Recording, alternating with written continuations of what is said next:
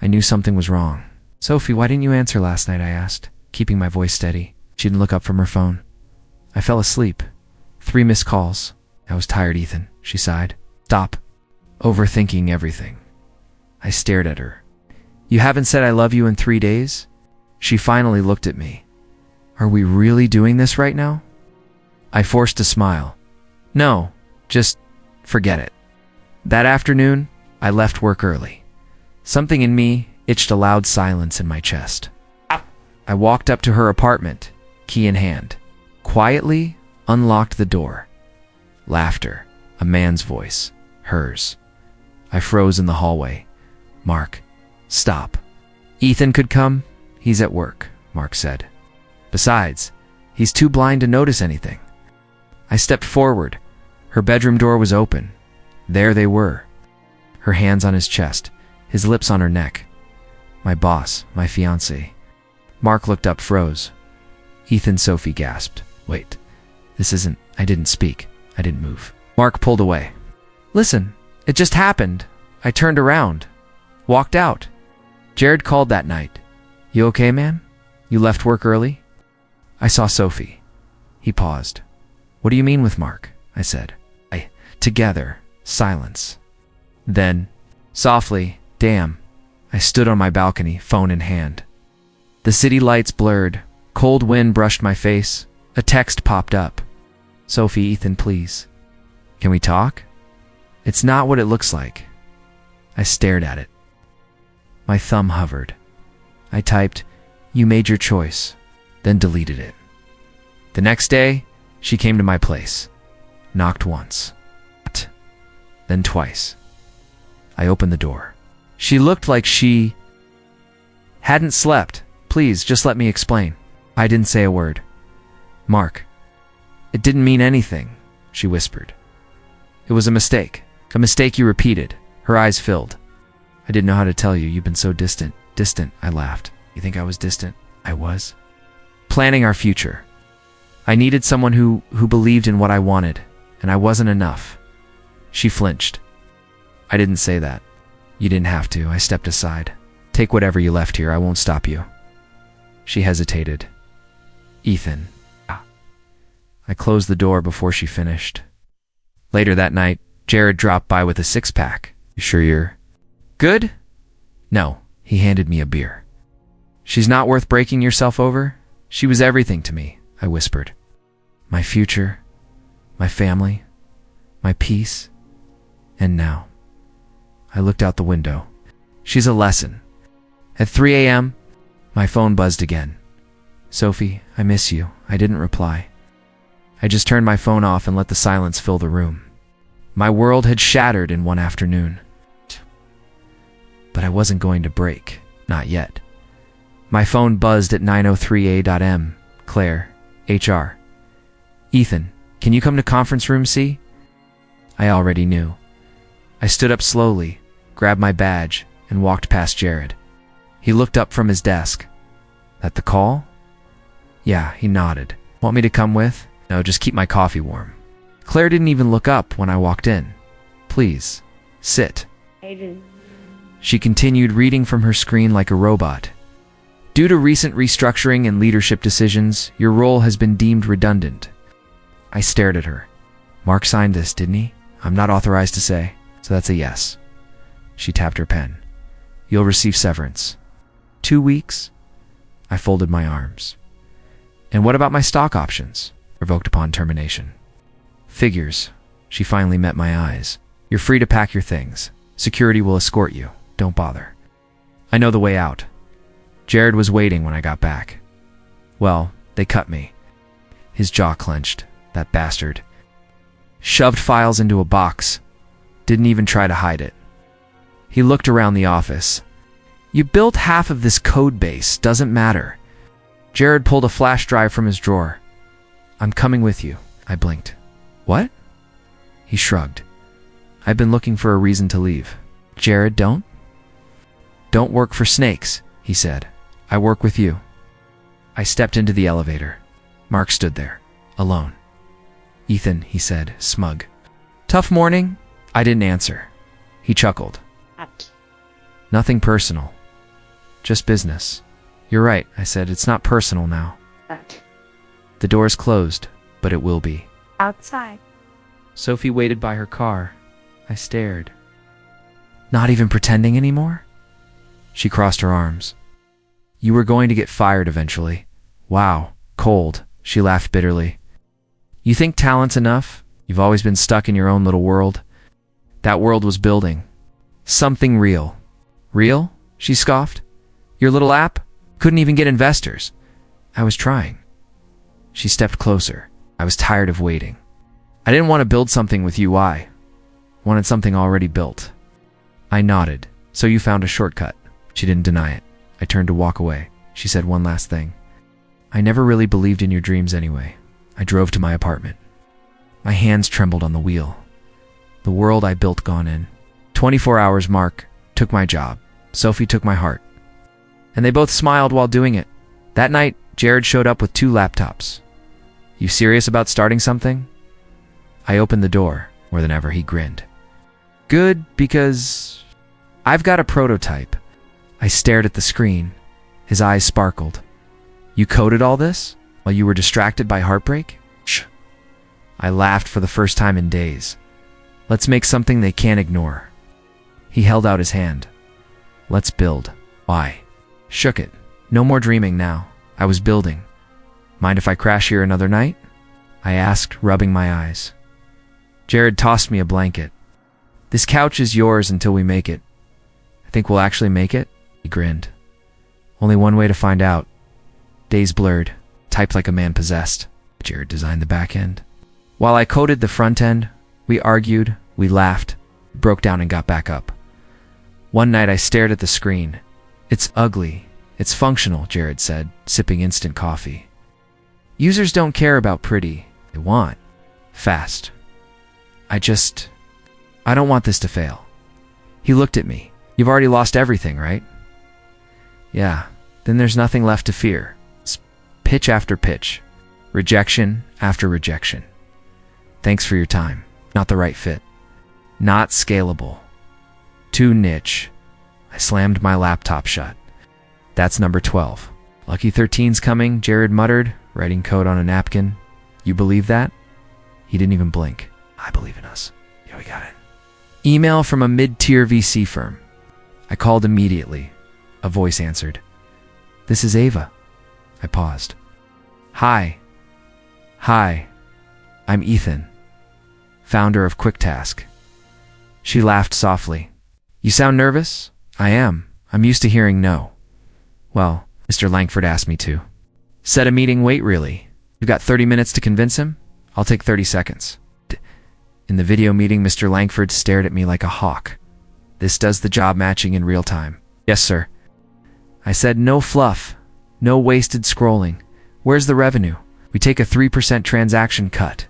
Scales automatically. Have you launched beta only? Small group. He leaned back. Ava jumped in. I tried it this morning. Matched me to a local printer in 5 minutes. It works. Langford didn't smile. All right. Come in next week, we'll talk numbers. I ended the call and just stared at the screen.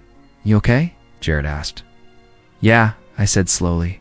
I think we got our shot, Ava emailed me later that night. Subject, nice work today, body. You were nervous, but real. That matters more than you know, I replied. Thanks. It means a lot. You've come a long way from coding on a couch, she sent. A smiley face. 2 weeks later, after dozens of sleepless hours, I hit submit on the public launch. Done, I whispered. Jared leaned over my shoulder. You realize we haven't slept in 2 days? I realize we just shipped something real. Grinned. Hell yeah. That night, I collapsed on his couch. My inbox dinged. I ignored it. Then it dinged again and again. I sat up. The subject line froze me, interested in investing. Let's talk. I didn't breathe. Jared, I said, come here. What is it now? Another rejection? I turned the screen toward him. He read it, then again, then laughed. Holy Ethan, this is it. I stared at the email. It's 1 line, 1 sentence. My hands trembled. The comeback had begun. Ethan, wake up. What time is it? 3 a.m., Jared said, shoving his phone in my face. Check the charts. Check the fricking charts. I rubbed my eyes. The app dashboard blinked back at me. Downloads 76,412 active users. 19,006 trending, #1 on TechHive. Is this real? I asked. He grabbed my shoulders. We're going viral, man. My phone exploded with notifications. Ava was the first to call. Say it, she said. Say what? You did it, I laughed. Not yet. No, Ethan. This is happening.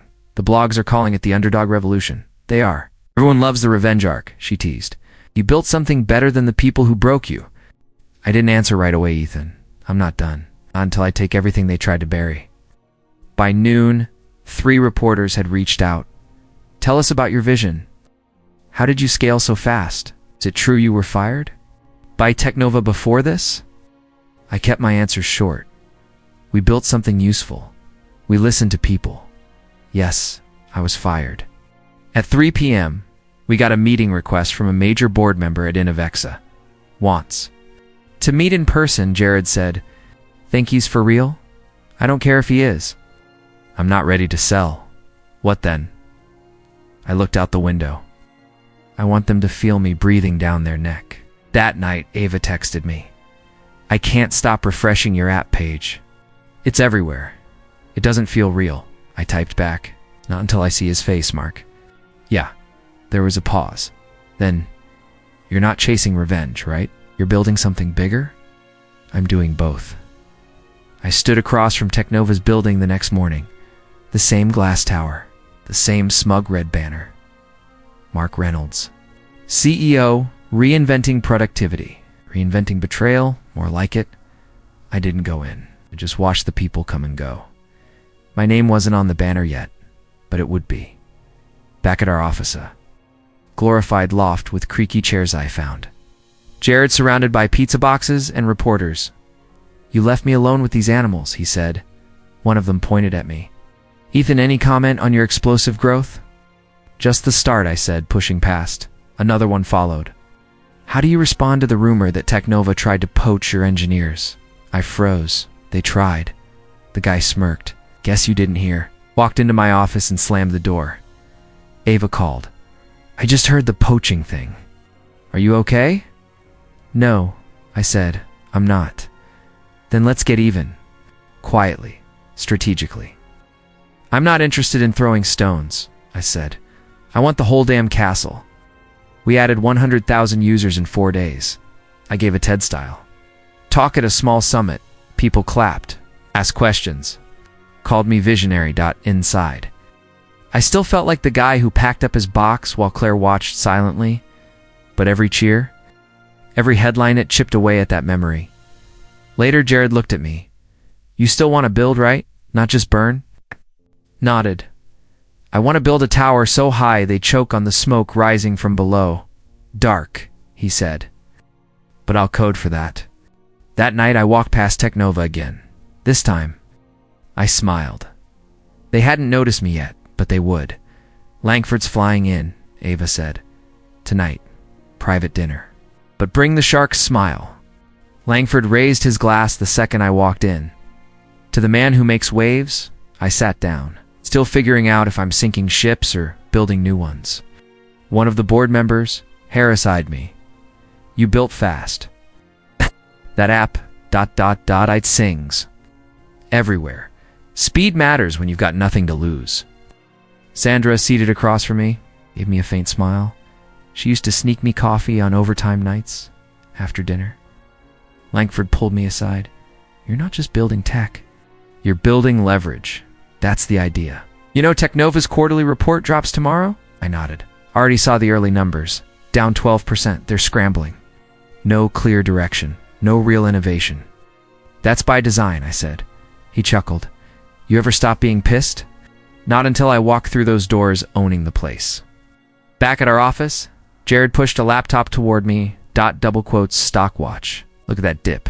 Keep the alerts coming, I said. We're moving soon. You're sure we're ready to play? Is big no? I said. But I've been underestimated before. Let's make it a pattern. Ava joined the next call with Langford.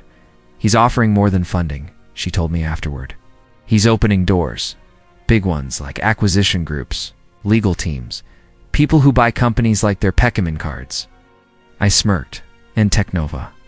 Bleeding quietly, and they're looking to restructure. Later, I bumped into Sandra outside a board mixer. You remember me? She asked. Of course I do. They don't bring me coffee anymore. I fetch it. I hesitated.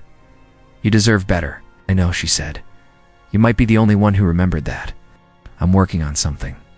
When the time comes, I could use someone who knows the walls. She blinked. You're not serious. Dead serious. Langford invited me to a final closed-door meeting.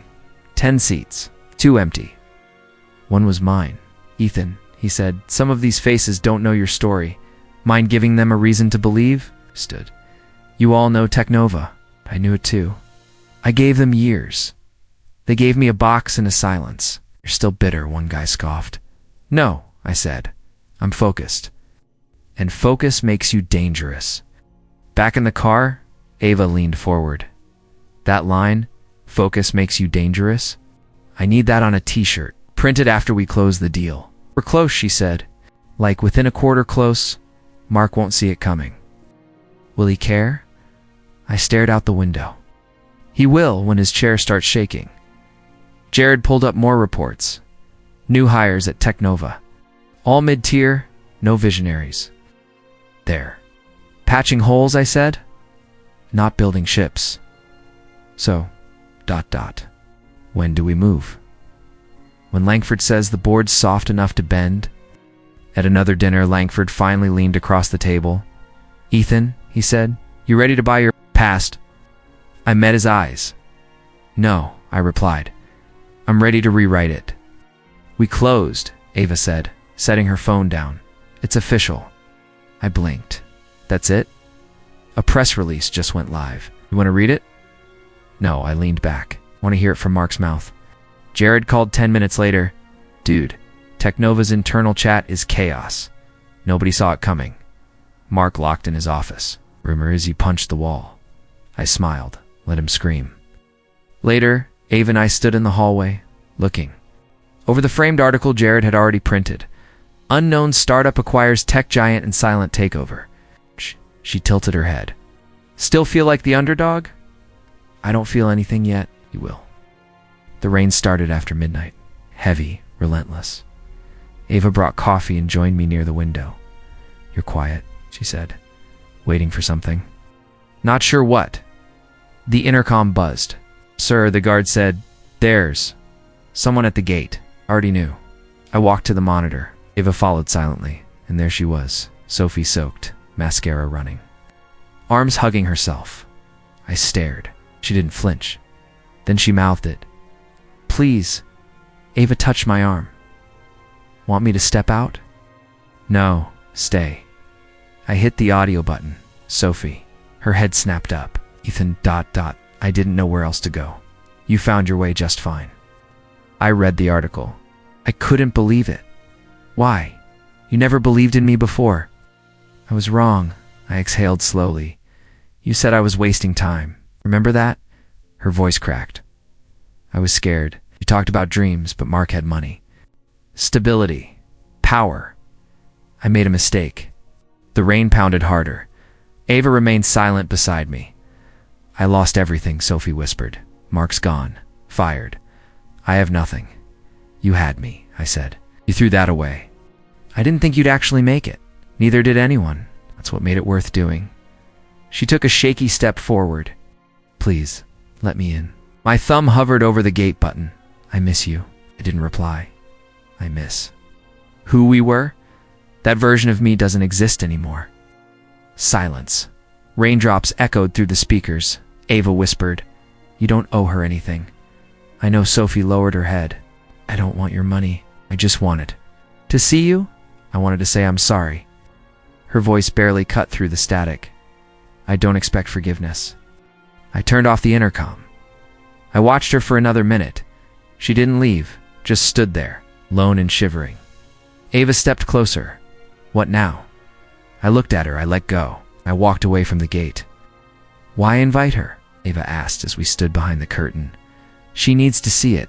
She already saw the press. No, I want her to feel it. The ballroom lights dimmed. Spotlights hit the stage. Ava smiled. You ready? As I'll ever be? She stepped up first. Good evening, everyone. Thank you for joining us to celebrate the rise of something truly extraordinary. The crowd clapped. She continued. He lost everything. Then he built everything. Please welcome our CEO, Ethan Blake. The applause exploded. I walked onto the stage, heart pounding. Front row there she was, Sophie, eyes wide. Mouth slightly open. She hadn't expected this. Thanks, Ava, I began. And thank you all. A year ago, I was sleeping on a friend's couch. Today, we lead the fastest growing tech platform in the country. Another round of applause. Saw Jared near the corner, grinning. Success, I said, isn't built on revenge, but it's a great motivator. Laughter. Sophie flinched. I didn't do this to prove people wrong. I did it to prove I could. Eyes locked with hers, and I did. Afterward, people flooded the stage. Sandra found me first. Look at you, she said, hugging me tightly. I knew you had it in you. You were the only one who smiled when they fired me. Never forgot that day. Neither did I. Jared stepped up next. You didn't say I was getting a promotion, I shrugged. You deserved it, VP of Engineering? With a raise, he laughed. This is insane. No, this is earned. The crowd thinned. The music faded. And she stood alone, Sophie. She walked slowly toward me, Ethan. I turned, Sophie. You really run all of this? I do. Looked around. Everyone's clapping for you, cheering your name. I noticed. She lowered her eyes. It's incredible. You said I was chasing illusions. I was wrong. Silence. She bit her lip. I'm sorry. I mean it. I believe you. She blinked. You do? Yeah, but it doesn't change anything. I didn't think you'd ever get here. That's the thing. You wanted more. I was selfish. No, you were honest. You just didn't believe in me. I didn't know how. I took a breath. You pushed me. Into his arms. And into my purpose. She hesitated. So, you became this. For me, I looked her dead in the eyes. No, I became more. But not for you. She stood silent, tears welling. I'm happy for you, she whispered. I hope you find your own version of this someday. I had it. I let it go. You did. Ava approached. We're needed for press. Sophie stepped back. Goodbye, Ethan. Goodbye, Sophie. I never thought I'd see this day, Jared said, adjusting his tie for. The third time, you earned that CTO title, I replied, nodding toward the glass doors ahead. Now let's go make it official. The boardroom hadn't changed. Same chairs, same long polished table. Same air of arrogance, except this time it wasn't aimed at me. Double quotes, Mr. Cross. A board member stood as I entered. Congratulations. The transition is complete. Thank you, I said, walking to the head seat. Let's begin. Mark sat off to the side, silent, jaw clenched, his nameplate already removed. Langford, I said, thank you for believing in me before. Anyone else? He smiled, then stood. I started this company. But it needed new blood. You're the storm, Ethan. Blow this place into something better. Effective immediately, I said, facing the board. Sandra is reinstated as executive operations head. Gasps echoed. Sandra, standing by the door, clutched her bag. Ethan, she whispered. You always had Technova's heart. You never deserved how they treated you. Tears welled up in her eyes. I don't know what to say. Yes. She stepped forward. Then yes. And Jared, I continued, CTO. A few board members exchanged looks. One cleared his throat. He's young. He's brilliant, I replied. You'll see it, or get left behind. Ava stood at my side, hands clasped, calm/confident. Any objections? I asked. Silence, then. It settled. I turned toward Mark. You have anything to say? His eyes burned. Enjoy it while it lasts. I leaned forward. I intend to. He rose without a word, stormed past me, and slammed the door behind him.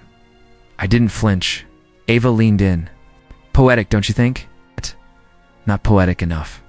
I said, I want the walls to remember this day. After the meeting, I walked through the halls I once dreaded. Faces turned toward me, nodding, smiling. Mr. Cross. Good morning, sir. Proud to have you back. Every greeting hit differently. Do you remember me? The young developer asked, catching up beside me. You once fixed my code at 2 a.m. before demo day. I remember the bug more than the code, I laughed.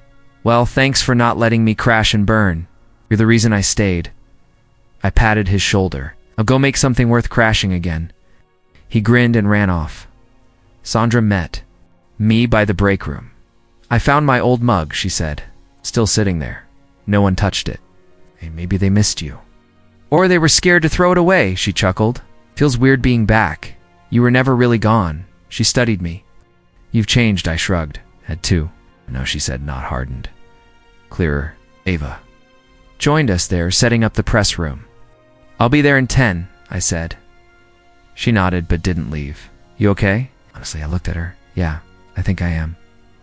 You deserve this. Didn't always think. I did. She touched my arm. Now you know. I stepped into the CEO office, Mark's old one. Mine now. I didn't sit right away. I just looked around. Full circle, Jared said, peeking in. Weird, right? Surreal? I admitted. Still feels like I'm about to get fired. Again, he grinned. Except now you're the one doing the hiring. I finally took the seat. The chair creaked, familiar but different. Let's build, I said. Ava came in with 2 coffees. Figured you'd need one. Still know how I take it? Same as before, she smiled. Strong. No sugar. I sipped. Still perfect. Sighed. The window. Technova's logo gleamed. Below it, the city pulsed with life. They called me a dreamer, I said quietly. And now? Ava asked. I'm the man they ignored. The one they stepped on. But not anymore. No, I said. Now. They look me in the eye. And what do they see? I stood, adjusting my jacket. Wait. The guy who bought the whole damn building. Ping Sophie. Can we talk? I stared at the screen. 3 dots appeared. Vanished. Came back. I typed, I wish you well. Paused. Fingers hovered. Deleted it. Typed. I'm not angry anymore. Deleted that too. I locked the phone. Dropped it face down on the desk. Ava's voice echoed in my memory. You don't owe her anything. No, I didn't. I stood, walked toward the window. The skyline shimmered with gold reflections from the setting sun. My city, my company, my peace. Ping another message. I didn't check it. My mind wandered back to that night outside the gate. Her soaked face, her trembling lips. I made a mistake. Almost opened the gate. Almost, but almost wasn't enough. Not anymore. I picked up the phone again. Opened her message. Sophie, I just wanted to say I'm sorry. No excuses. No drama. Just that, I let the silence stretch. My reflection in the glass didn't look like the man she left. You really think texting changes anything? I whispered to no one. I typed, I became everything you wanted, but not for you. Deleted, typed, I don't hate you. Deleted that too. I set the phone down again. This wasn't about hate or revenge. Not anymore. It was about peace. I forgive you. I said aloud, but I don't want you back. It wasn't a dramatic speech. No audience. It's just air. But it felt final. I walked to the bar, poured a drink, just one, lifted the glass. 2 endings that feel like beginnings. Drank, let the silence return. The city below moved without me. Lights flicked on. Cars kept going. People kept living, and so would I. Phone buzzed again. I didn't flinch. Didn't look. Didn't need to. Instead, I turned the phone off. Set it in. The drawer closed it. Done. This was peace. You ever think about her? Ava asked. I leaned back in the chair, sipping my espresso. Not in the way you mean. You sure? She raised an eyebrow. I remember the guy she left, I said. But I don't miss him either. Ava smiled. That's fair. The boardroom door creaked as Jared stepped in. CEO wants to talk to you? I grinned. That's me now. He laughed. Still not used to that. Neither's Mark, I said. Ava chuckled. You see his face during the last earnings call? I didn't look, I said. Didn't need to. I walked the halls after. Staff nodded, smiled. Some clapped. A few whispered. But no one looked through me anymore. I passed Sandra. "Your new office feels like justice," she said. "And a fresh start? You earned both."